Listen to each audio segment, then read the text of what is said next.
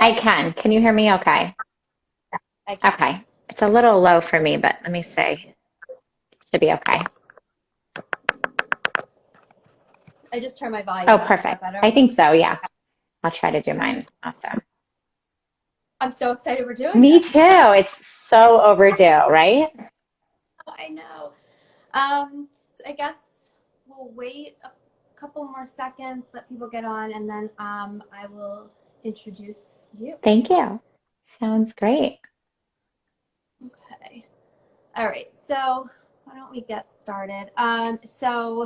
Like I said, I'm super excited to do this because we've been trying to do this for a really long time. Yes, I know. So I'm going to introduce you and then kind of have you tell people a little bit more about yourself, and then we'll go. Great. Okay, so Dr. Rachel is a clinical psychologist and speaker who takes a holistic approach to health. She specializes in the mind-body connection, including stress reduction, the treatment of obesity, weight management, and health behavior change. She's also a clinical assistant professor in the Department of Psychiatry at NYU Grossman School of Medicine, and has a private practice in New York City where she utilizes cognitive behavioral therapy to assist in behavioral changes, both with individual clients and corporate wellness. She is a sought-after expert who has been featured in many media outlets, including the New York Times, Time Magazine, CNN, USA Today, Shape, and Women's Health. She is on the wellness board of verywell.com. She continues to live an active lifestyle in New York City with her husband and son and is passionate about helping others live healthier and happier lives by promoting positive behavioral changes. She believes anyone can live happy and healthy lives. That's the nice bio. I wasn't expecting you to read the whole thing. I'm like, oh wow, that sounds nice, but thank you. Like, who are you talking about for a second? That was Oh, you. well, thank you. I'm happy to be here. So if you want to just kind of tell people kind of a little bit about you and what you do and Yeah, definitely. And as you said, I'm so excited to be here. We've been talking about this for way too long. And I think just both of us having busy practices and being moms, and being a pandemic, of course, has made it difficult. But here we are. So yes, I'm a clinical psychologist based in New York City. I specialize in health behavior change. So that, really encompasses many things, but specifically stress management, as well as like weight management, the treatment of obesity, and lately I would say most of it is stress management and goal setting, right? Which is one of the things we're talking about. And I also do a lot of corporate wellness. So in my corporate wellness, I do a lot of presentations on stress management and goal setting as well. And I know goal setting is one of both of our kind of favorite topics and such a hot topic this time of year. I think it's interesting that it's February and we're talking about it, right? Because usually around this time, people are kind of giving up on those New Year's resolutions, exactly. which is why it's great that we're able to talk about it now. I think we may have been two of the few who were like, don't set them yet. Don't set resolutions yet. This is how you need to do it. Exactly, right. Like throw that word out, right? Like don't even think about it. Exactly. So are you busy with your stress management that you've been doing a lot of? Is it a lot of COVID related stress or just stress in general because everything is just heightened right now? I would say it's more stress in general. The companies want a little bit more focus, because of COVID. I think they're focusing more on stress management right now because they're realizing that everybody is stressed. But really, we've all have our own personal stressors on top of the pandemic, which is what I think people don't realize or kind of are forgetting. It's not just stress; it's everything going on right now. Yep, for sure. And this doesn't make it any easier. So we have questions that we're going to kind of throw out at each other and we'll just kind of chime in. And then, as people have questions, you can enter them in and then we will get to them as we can. Okay, so the first one we wanted to talk about was why goal setting is important in achieving desired outcomes. Why do we have to goal set in order to get the end result? Yeah, and it's such a great question, right? And I think if we just think about it, setting goals gives us a place to go, right? It's like we're working towards something. It gives us direction. It gives us focus. So if there's anything in our lives that we want to tweak, not necessarily even change, but even tweak, I think it's really helpful to have an idea of where we're going and to kind of set those goals in place. I kind of joke about it sometimes, but it's like we wake up in the morning for a reason, right? Like sometimes we forget what that reason is, but there's a reason we're working towards something. And that's important to keep in mind. And I know both of us often talk about long-term goals and short-term goals, which are very important. So we're seeing that long-term vision, but at the same time, we're really focusing on right now and like what's right in front of us as well. And I think what's difficult for people is our society in general, ourselves included, I'm sure to some extent, we want quick fixes. And when you are doing effective goal setting, the goals that you're setting are kind of smaller versions of kind of that longer picture. They're kind of like microcosms of this bigger picture. And you're not going to get there overnight. It depends, depending on the goal, you're not going to get there in 5 years.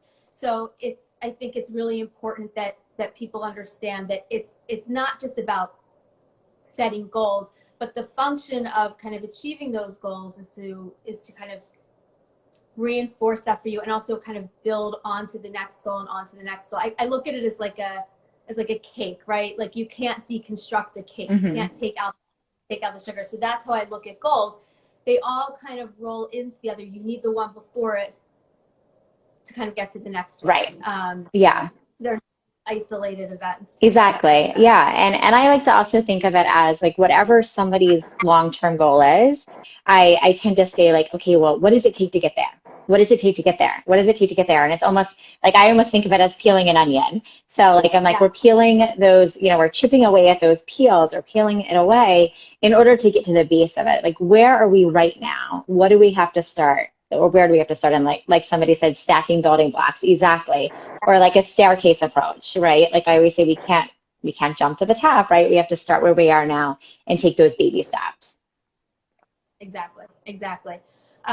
So as far as what it would look like if we didn't set goals, and you kind of already touched on this, we won't have a direction. It's kind of like driving aimlessly in circles with no destination, and just kind of being on autopilot.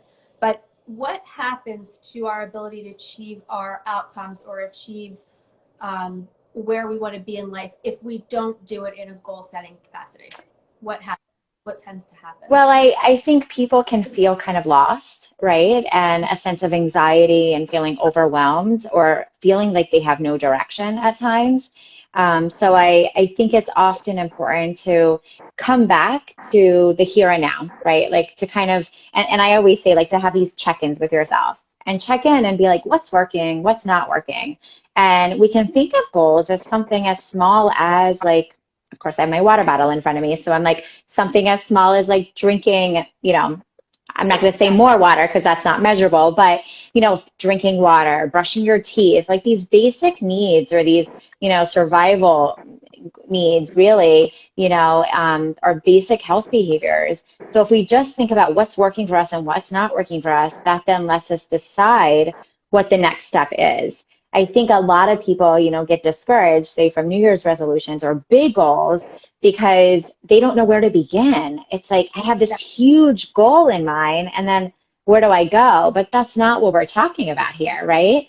Like we're talking about the baby steps to get to that bigger goal, but you have to have a plan in order to get there.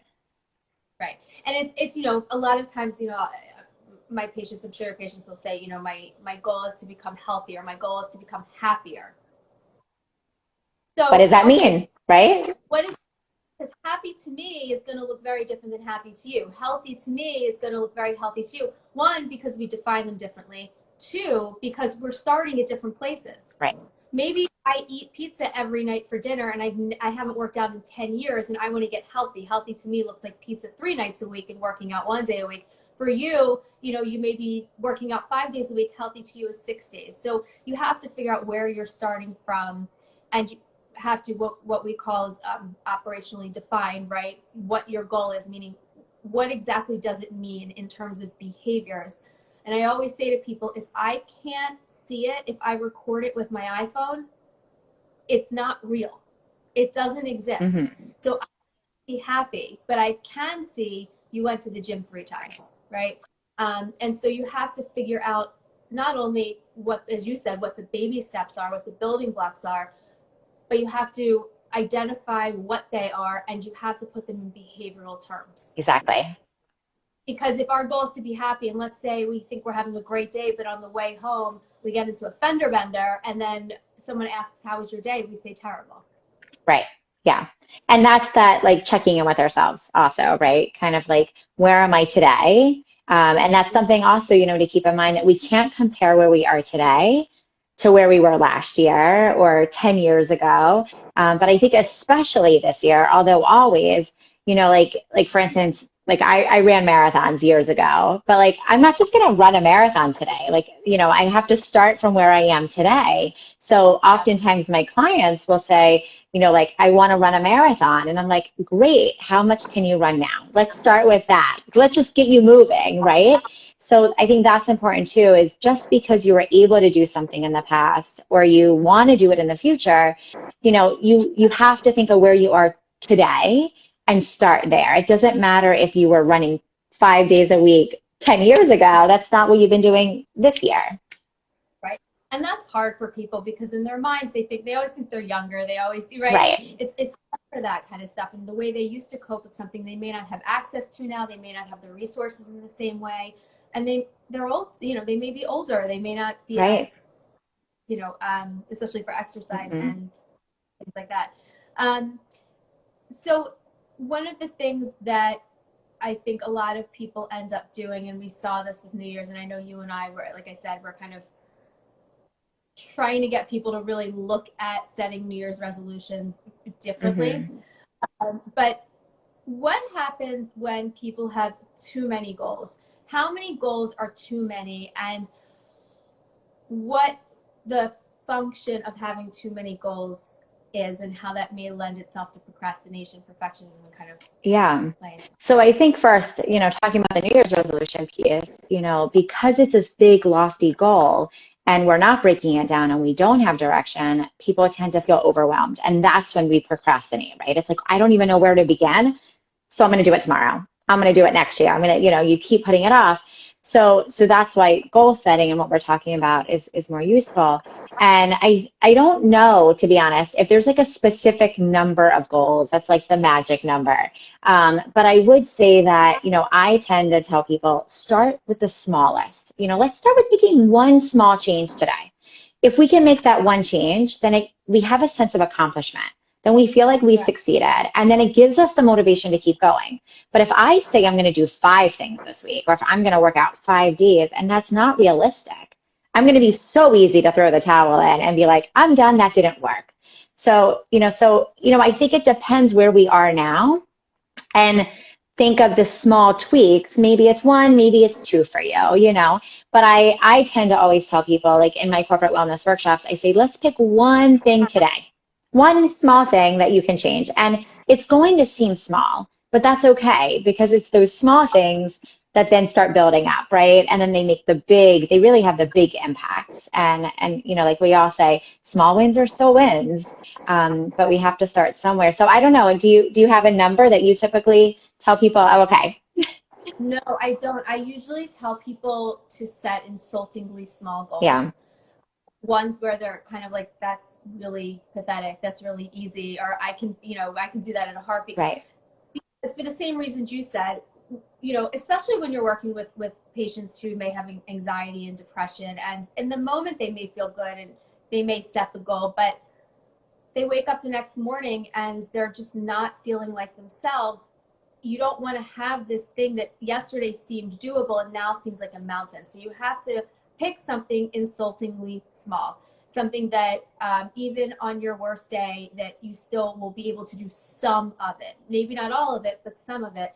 So when people I'm sure you find this too, when people say, okay, I say, all right, well, what does being healthy mean? Okay, well, I want to go walk during the week. How many days do you want to walk?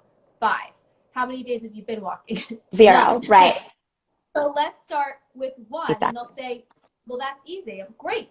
Because it's not so much about walking. It's the it's the reinforcement that you get from accomplishing something that makes it more likely. The goal itself isn't necessarily the biggest piece of it. It's that reinforcement of accomplishment that will make it more likely for you to do it again.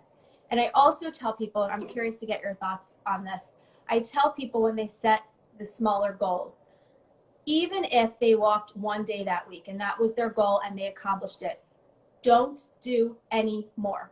Even if you feel like doing 2 days a week or 3 days, because if you do it, and then let's say the following week we make a goal of walking twice a week and you can't do it, or you can't reach that third time again, even though you did it last week, it almost sets you back further because it was too much. It's too much too soon almost. Yeah, it's interesting because I have a little bit of a different approach. So when I help my clients set SMART goals, which I know we didn't specifically say yet, but for those of you that are listening and aren't familiar with SMART goals, it stands for specific, measurable, attainable, realistic, and timely. A few of those letters, people interchange different words. But what I tell people is when they set SMART goals to use the word at least. So like if your goal is, say, to walk one day a week, say I'm going to walk at least one day a week. So if you feel like walking 2 days, I actually tell them do it, but at the same time, don't walk like 7 days, right? But most of the time, if somebody says they haven't been walking at all and your goal is at least once, they might walk once or twice. Like the likelihood of them walking every day is probably not likely. But I also do remind them, like what you said, that we want these goals to be sustainable. So it's not realistic to say I'm going to exercise 7 days a week. 1 week, maybe you will, but if that's not realistic every week, not to set yourself up for that failure. So I think it really depends. And then I also remind people that this week, just like today, is different than last week, which is also different than yesterday or tomorrow. So just because you walked 2 times this week, we have to reassess your life going into next week and see what's realistic. Maybe 2 days isn't realistic and you do go back to 1 day.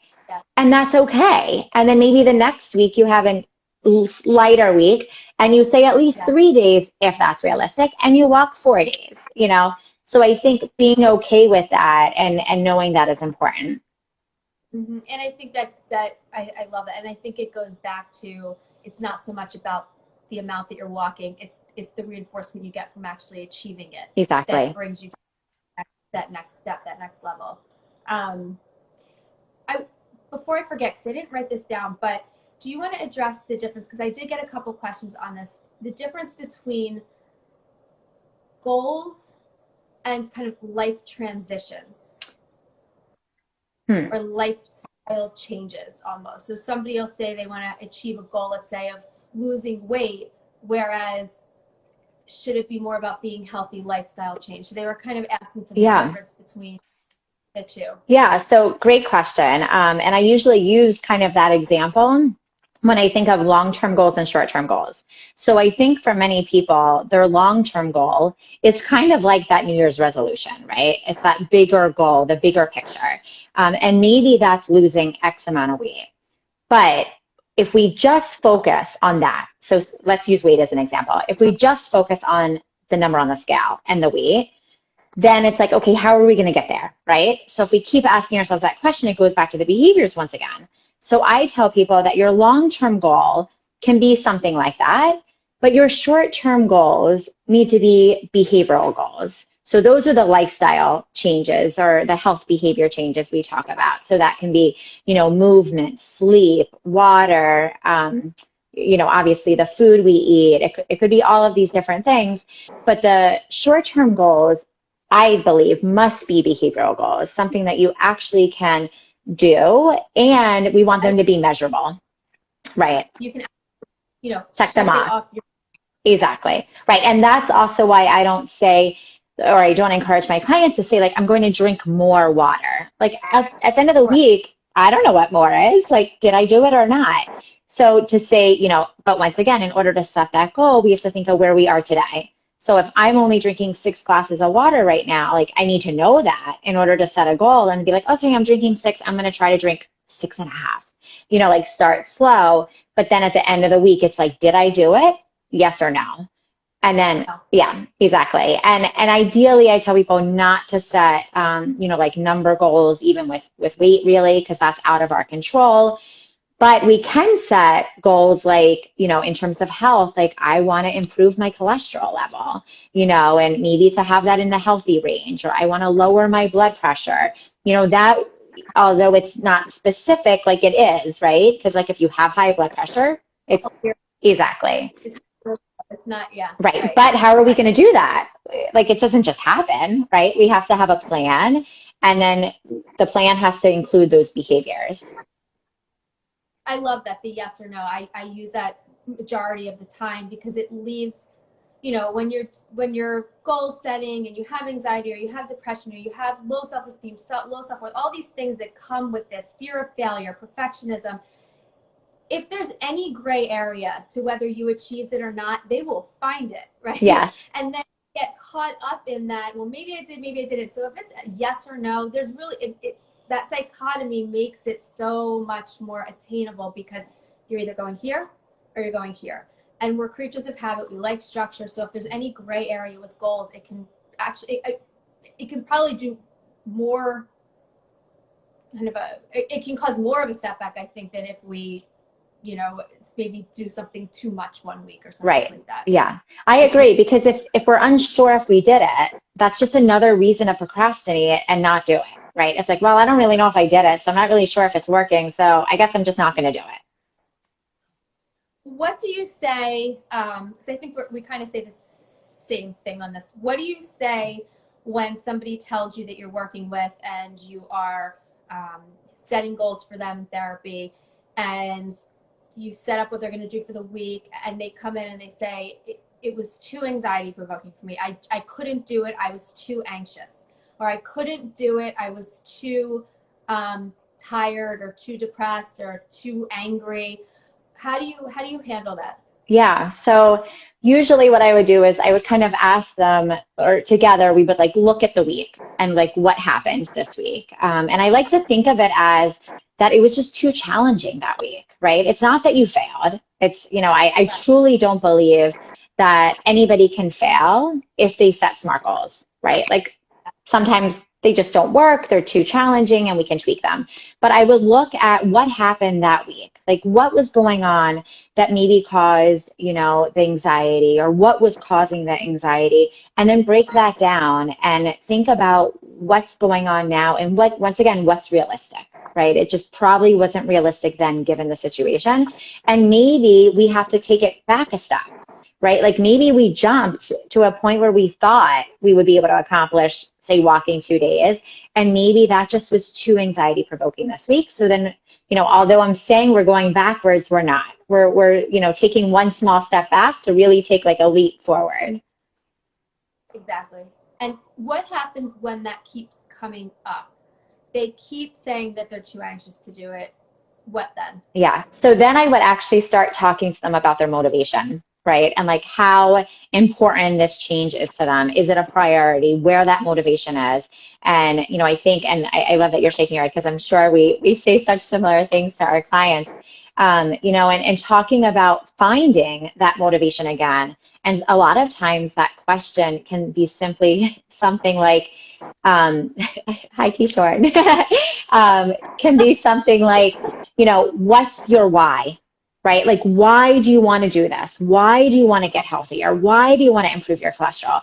Because I really believe that why is what gets us out of bed and helps us do it. But we tend to forget that why, right? Like life happens, it gets put in the back of our head.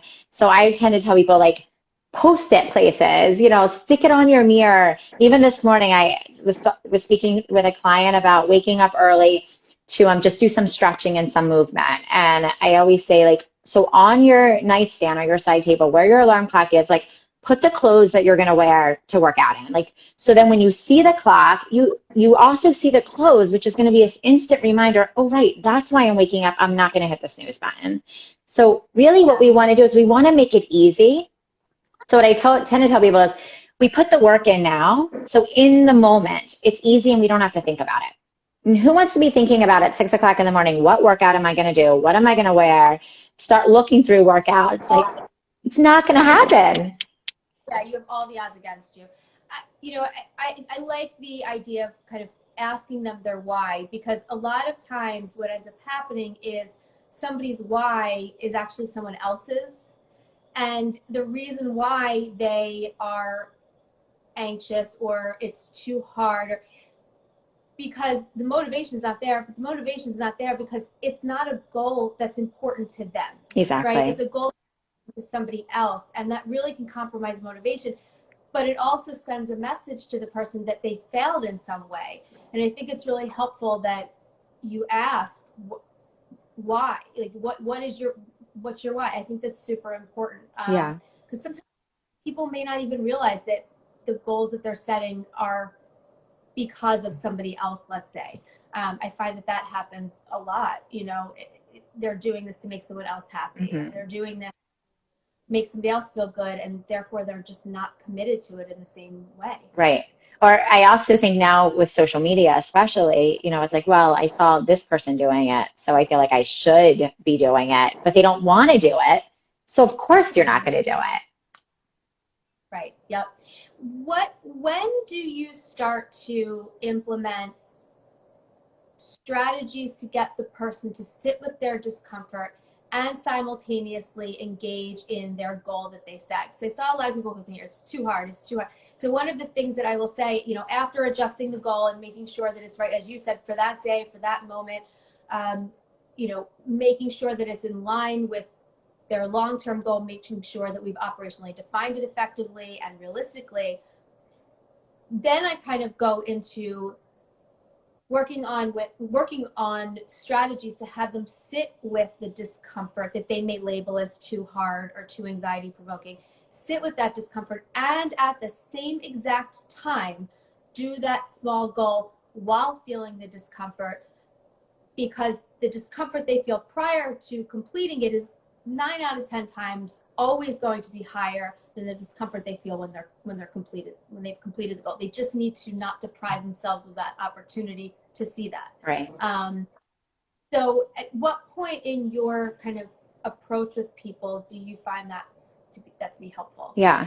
Well, I think what you said is really helpful, in terms of thinking, like sitting with it. But I also think, that strategy is so important. And I think, like I said, if we can take the thinking out, if we take the work out of it, it just becomes not as anxiety provoking. Because I think many times we're like, well, how am I going to do that? Well, let's talk about it. Let's figure out how you're going to do it. Like, and many times with all of my clients within the first few sessions, we actually do what I call a 24-hour day review. So it's not a food recall. It's your entire day. I want to know, which of course everybody's day is different every day, but kind of like what a typical day looks like. What time are you waking up? What time's the first thing, you're eating? And then also, where do you want to fit this in? Like I had a client the other day that said she had class at 9. She's getting up at like 8 and she wants to work out in the morning. And I'm like, well, like, how's that going to work? So we have to look at that and see, and I think many times our clients need our assistance in doing that and really breaking it down and being like, okay, well, why don't we maybe shift this a little bit? If you're having troubles waking up in the morning to work out, maybe that's not a good time for you. Why don't we try in the afternoon now that most people are working from home, or later? And then I think kind of setting up those steps. So like one client, for instance, just to use another example, the night before, I'm having her review and picking which workout she wants. She's going to take her clothes out. Like, she's literally doing it all. So when she sees it, it's harder to say no. We still might, right? Like, we might still hit that snooze button, but we don't want to think about it in the moment. We just want to do it, and then it becomes automatic. And that's the key. We want these health behaviors to become automatic, that it's not work. It's part of a routine. It's like I brush my teeth. And then once they succeed and they accomplish it even once, right, they have that sense of accomplishment, and then it lowers the anxiety for the next time. So, like each time we do it, it reinforces the behavior and reminds us, I can do this. I did it last week. Right. I can do it again, type of thing. Yeah, for sure. Yeah, I mean, it's interesting when once people get past that initial anxiety component of it, then it just gets so much easier. It's just that it's kind of like that initial jumping off point, I find, is always kind of the most difficult for people with the emotional component. And I also think with the talking aspect of it, oftentimes what happens is people will be so consumed with thinking about how it's going to work and what it's going to look like that they've thought about the problem for an hour. It gave them the illusion that they're accomplishing something, or they're problem solving, or they're working through it, when really all they've done is sit on the couch for an hour. Right. And it's confusing for some people because they will feel that they are problem solving, and to some extent they are, but then it gets into that downward spiral because of our ability to, because we have language, we just take it somewhere else. Right. And then it leads to procrastination and feeling like you're not achieving, and anxiety goes and all of that stuff. Right. And sometimes just thinking about it for so long can cause more anxiety, right? As opposed to just being like, this is my plan, this is what I'm going to do. And maybe it doesn't go as planned. And that's okay too. But that's information. That's all data for us to then reassess the goal and figure out what the next step is. And adjust it accordingly based on what didn't work. Exactly. I think people look at achievement as not so much the short term, but the long one. I either achieved it or I didn't, or I couldn't make it, I couldn't get to it, rather than adjusting these goals here, as you said, to kind of maybe you go this way, but to kind of springboard you forward. Right. A lot of people will look at it more, again, in that all or nothing mindset, either I didn't, right, and that there's no way to go about doing it, but there's a million steps in between walking 1 day a week and walking for 5 minutes. I mean, you have a whole range that you could play around with in there. Exactly, yeah. And I think it's also important to remember that goals don't look like this, right? Like they literally look like this, and even probably messier these days. But it's really just, it's a journey. And I also tend to tell people that we can all take different paths to get to a similar place, right? Like whatever our goal is, maybe we do have the same goal as a friend or a colleague, but we have different lives, we're different people. So our path there might look very, very different, and that's okay. But you're still going to get to the same place. It's just a matter of how you're going to get there. Right. And I think that's where the what's your why comes in, because if you take somebody else's path, you won't get to your place that you want to get to. You won't, well, I shouldn't say won't. It's more likely you're not going to get to your destination because the path that you're taking is just not made up of things that you value or that you're motivated to accomplish. Right. Like it may just not be the path for you, right? Or like you said, you'll still get there, but maybe it'll be a hard road to get there, or more difficult because it's not things that you like. It's not things you're passionate about. You're doing it because you feel like you should do it. Right, exactly. And I think also this is where value work comes into play. You have to kind of take inventory. I like to do kind of value inventories with people and what they value in life, and have them be very specific. So more than just, I value being a good mom. What does that look like? Behavior. Give me behaviors that would equate to being a good mom. And in the moment when you're engaging in these behaviors, and let's say you're not quite sure what to do, or the anxiety starting to kind of get the best of you and you're slowly backing away from achieving this goal, ask yourself in the moment, is what I'm doing right now at this very moment, not next week, not 10 days from now, but in this very moment, is what I'm doing getting me closer to the thing that I value or further away from the thing that I value? And if it's that it's taking you further away from what you value, do the opposite, even though it may be uncomfortable. So I like that kind of grounding strategy for people in the moment. If they're confused about what to do, it's a quick way to break things down by just looking at that goal or that behavior or that step alongside what they value. Yeah, I love that. Yeah, that's great. So we kind of answered a lot of these in just talking about this stuff. What are some strategies to use when goal setting? Maybe some concrete examples. We kind of talked about, how to goal set and what it looks like, but concrete strategies. I know Post-it notes, we've talked about, things like tangible things that you can use. Your iPhone, your smartphone, it should be your best friends, not for social media scrolling, but for being able to track what you're doing and your behaviors, because we are the worst reporters of past behavior. So even though we think we're going to remember what we ate for breakfast that morning, 10 hours later, we really may not. So it's important to kind of record it as you go. And if you don't want to take a notebook out, I think it's helpful to record it in your smartphone. Yeah, and I was just going to add to that. Yeah, so with the self-monitoring, I tend to remind people that that's the data, right? So if you're keeping track of like a tally or a check mark every time you drink water or something, then when you come back, say to therapy, and we talk about what worked and what didn't work, so many times people can just say, I don't know, like I don't remember what I did this week, but that's the data. That's what we can always go back to and then look at that, and to be honest, I have people track everything when it comes to certain things, like if somebody isn't sleeping well all of a sudden, I'll be like, you know what? Let's keep track of that. Like, what's going on before you go to sleep? Were you anxious before that? Were your mind racing? Did you have a bad day at work?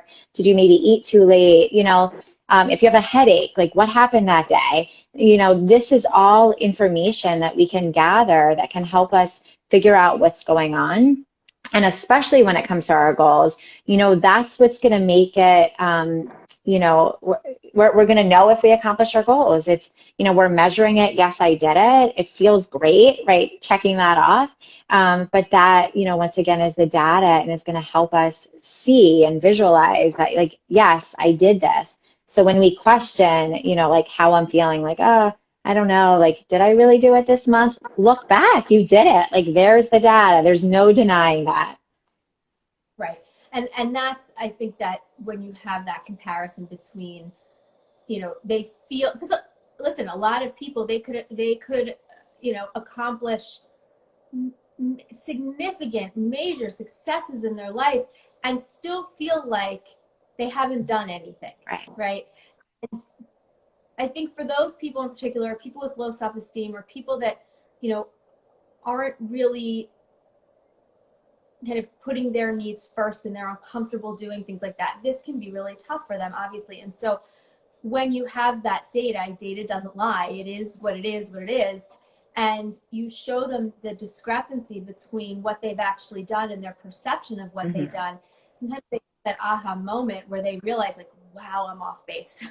Yeah. And it can be a really big turning point, I think, in therapy, and especially this kind of changing behaviors. Definitely. Yeah. I think it's so interesting, right? Like when clients tell us like, oh, like I didn't really do anything this week. And then we review their week and we're like, wait a minute, what are you talking about? Like you did so much more than you did last week, or you walked that one day, and that's what we have to keep in mind is, like you said, that data is there to help us. It's there to guide us. And it's, and it's not always easy. Like who wants to be keeping track of these things, right? But research actually shows, it's a proven technique. It's an evidence-based technique to help with accomplishing goals. We know that. Yeah. And also to their language, I notice when patients talk, well, I only did X, Y, and Z. Last week they did nothing, right? So that they have to be mindful of that language that they use. Things like I only did, or I did this, but, I always change the but to an and, right? This and I felt blah, blah, blah, because you don't want to negate what you did. So even just little strategies like that, just simply changing your language around. Watch your coulds, your would, your would-haves. Right. There's another, I'm missing, what's the other one? Ands to buts. Well, I always typically also say, and I don't know if this is what you were getting at, but it's with language too, to frame your goals in a positive way. So like of what you can do, not what you can't do. So like if somebody wants to walk, in the evenings, I wouldn't say like, I'm not going to watch TV, even if you didn't want to watch, like instead I'm going to walk at night. And it just happens to be that maybe you're going to watch TV less because you're walking then. Or, you don't want it to, because if we just think about the language, if we say, I can't do this, it doesn't feel good. But like, I can do this, I'm going to do this is something positive and something that we're working towards. So I tend to remind people to do that too, to like frame those goals in positive ways that we can do.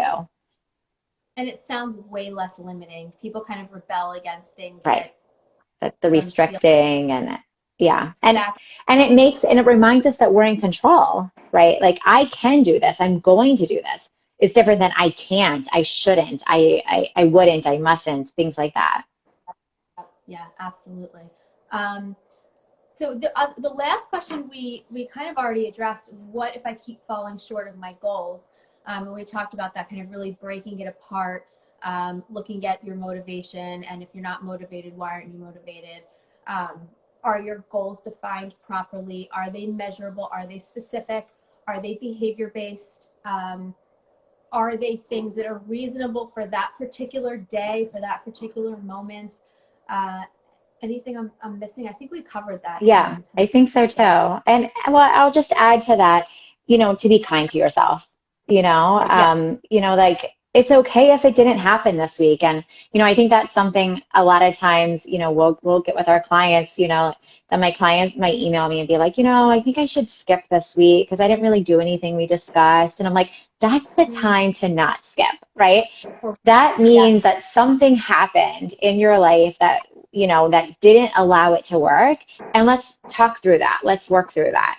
So I think that's an important reminder for people that, life happens and nobody's perfect. And, it just means that it wasn't, it was just too challenging that week. And then we go back to the drawing board. What do you do when you have patients that are more inclined to miss, right? Or they come in and they're nervous that they're going to disappoint you because they didn't accomplish the agreed upon goal. How do you handle that? Well, I mean, I think a lot of it is communication, right? And like the tone that we use. I mean, my clients know me well enough, now, or they will after the first session to know that. But I remind them, that I'm here to help you, and we're kind of like the cheerleader, right, along their side. And it's, not anything to be embarrassed about, and I kind of remind them of that too, that we're all human, life happens, we have a pandemic going on. So I just kind of reiterate all of those things and then, talk about too, like, what did you think? Maybe I would say, how did you think I would react? And sometimes I find it helpful too to turn it around and be like, well, what would you tell a friend? If a friend said, I'm embarrassed, like I didn't do this. But I think just being real and authentic and, like reminding people that we're human too, that I think that's important. And also just the fact that they're in therapy, That's to huge. get with this is huge. Yeah, And absolutely. so, And I'll remind people of that, right? When they yeah, when they want to cancel, like you showed up today. That is yeah, something. yes, exactly. I agree. I'm looking for more Yeah. questions. I don't. I see a few that just came in. Um, Here's one. What did you say about how Post-its can help? So should I go ahead and answer that one? Sure. Yeah, yeah. Yeah. Yeah. So I think Post-it notes are just really great ways to use as reminders for us. So, like put a Post-it note near, if you use your phone as your alarm clock, maybe have a Post-it note on your phone, that says like your why, for instance, or on the mirror when you wake up. Like if the first thing you do is go to the bathroom, you're washing your face, you see that Post-it note there.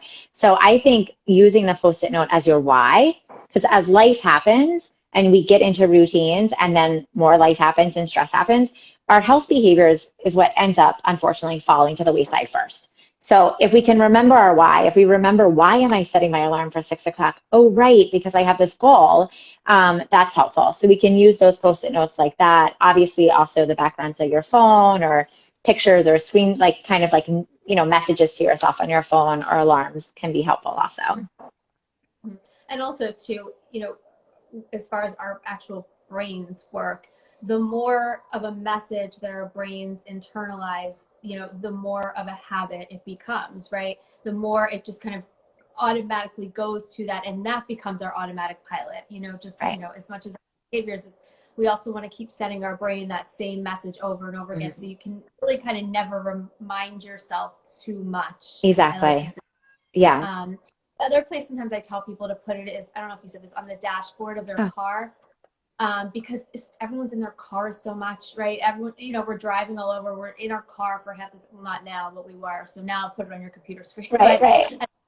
We're in our cars a lot. And so just seeing the color of it sometimes, you don't even, or just seeing the color of it, you remember like, okay, that's my why. Yeah. And it can also be like a mantra or a reminder. And I just thought of this when you said on your computer screen, because I don't know, I think at the beginning of the pandemic, I changed the background of my computer. I don't remember what the image was, but it's actually an image I found online that looks like a Post-it note, but it's, the screen, and it says you can do it. And it's just like my daily reminder, like in between clients when I like X out and go back, I'm like, oh, right, like I can do this. So Post-it notes are really great for those little mantras and reminders to help us stay motivated as well. Absolutely.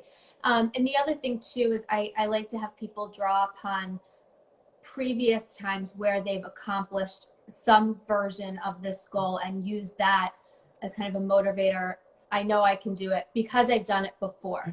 So it's not, they've done it before in some capacity. Maybe it was less than what we're shooting for now or a different version of it, but it's still, they've had that experience of that accomplishment, and so they can draw upon that experience. Yeah. And that's a great point too, that with that other experience, you can actually start with what worked before and what didn't work. Right. Exactly. So we know our, like, we're human, and we have habits. So, I think thinking about what worked last time and maybe starting there, but also remembering that you have to start where you are now. But if it was one specific behavior that worked for you, that's a good starting point if it worked in the past. We'll take one more question. Somebody wrote, this is a good question. How often and how do you know when to reevaluate your goals? Only once you achieve them, or is another time where you reevaluate them? Yeah. So, I mean, I think in a way, what I recommend is like kind of assessing them on a weekly basis. So, like I said before, like every week our life is different.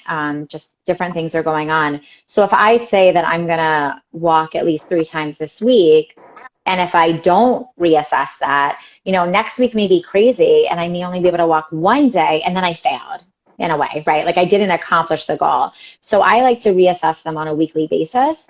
But at the same time, I think that's like what I call tweaking those goals. And then also, I think like once you do achieve a goal, you can then reassess as well. So I think it's a few different times depending on what your goal is and how you're accomplishing it. Yeah, and I think the reevaluation of the smaller goals is not so much based on whether you accomplished it or not, but based on what that particular week brings to the table and how can you match the goal to be realistic with the situation going on. I think that's extremely helpful. And one of the other things too that I found, especially was helpful during the pandemic, and I know we talked about this, was the whole idea of, during a time of crisis, right? During a time of heightened anxiety, when our brains are at max capacity, right? If we think of our brains as a pizza, if all slices, maybe except for one, is taken up by stress and anxiety, that may not be the greatest time to set a new goal with a significant learning curve or some sort of new task just because you're home now, right? Or just because we were in lockdown. Because if you think about it, what's involved in a new skill or new task? You have to have a lot of your cognitive, capabilities Mhm. present with you. And if you are in the middle of a pandemic, worried about your job, kids are home from school, people are nervous about money, nervous about losing jobs, nervous about getting sick, family members are dying, that's not the time to take up piano, right? That's Absolutely. not the time to start learning a new type of workout. So instead, what I suggest to people is, let's say you do yoga.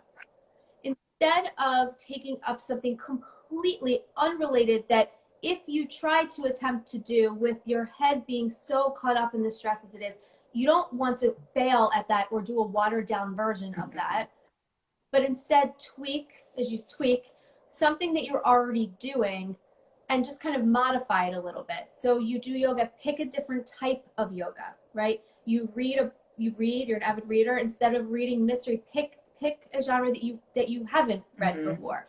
Just kind of tweak existing goals so again you get that sense of accomplishment, and that sense of mastery, and you're not starting from scratch when you just don't have the cognitive resources to do it. Yeah. And I'll just add to that also that I think maintaining our current behaviors can also be goals, right? Yes. So I'm so glad that you brought that up before because, you know, we have resolutions. I tell people maintain that healthy behavior. exactly. They were like, what? Right. But that's a huge accomplishment. I mean, especially during a pandemic, especially during stress, we don't need to be adding in all of these new things. You know, like I remember at the beginning of the pandemic, everyone's like, what language are you learning? What? And I'm like, are you kidding me? Like, I'm trying to survive, literally.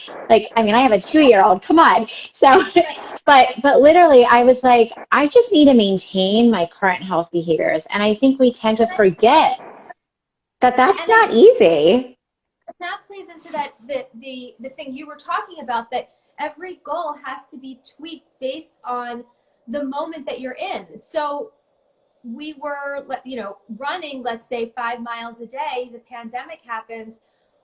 We're just trying to maintain where we're at, and maybe we can't maintain 5 miles anymore. So we bring it down to 3, right? Or we do it one time a week.